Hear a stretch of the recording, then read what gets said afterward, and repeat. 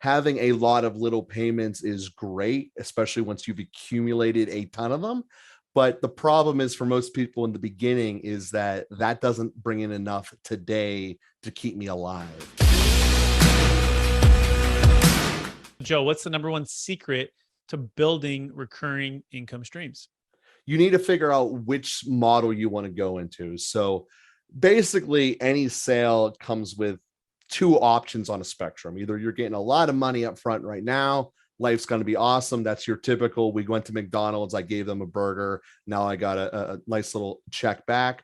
Or we went into a very long run, less payment each time, like the way your mortgage company is. You just get a little bit of money each time. Eventually it adds up to the full 6 figures, 7 figures of your mortgage.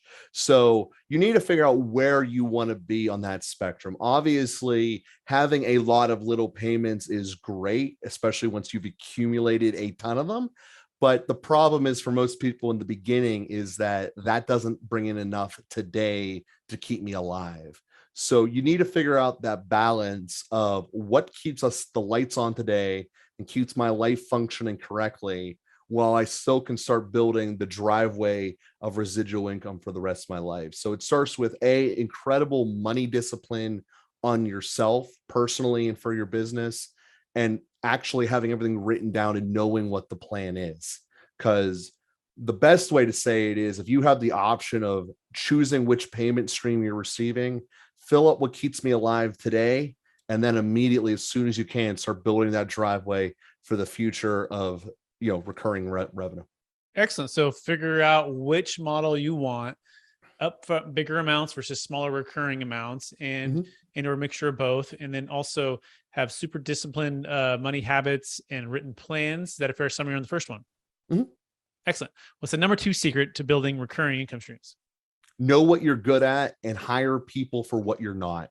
I see so many people that want to enter into the landlording world because, let's face it, it's kind of the textbook model when you think of recurring income. Tenants pay you a check every month, life is good.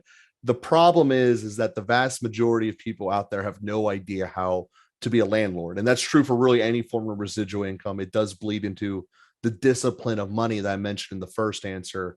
But know what your strengths are, know what your weaknesses are, and bring in equity partners, key part being equity partners, to be with you on this journey.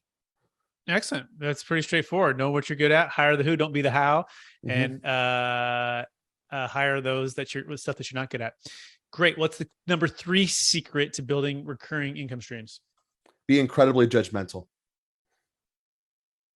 What do you mean by that? Oh, well, there's lots of ways that it's going to be applicable to whatever your system is. But because you're effectively trusting people to keep their word down the road and to keep paying you, whether they're signing up for a service that you're selling, Pandora or whatever it might be, or they're being your tenants, you ultimately are building a relationship of trust with these people down the road that they're going to keep their word. And you need to be judgmental of who actually will and who won't. Excellent.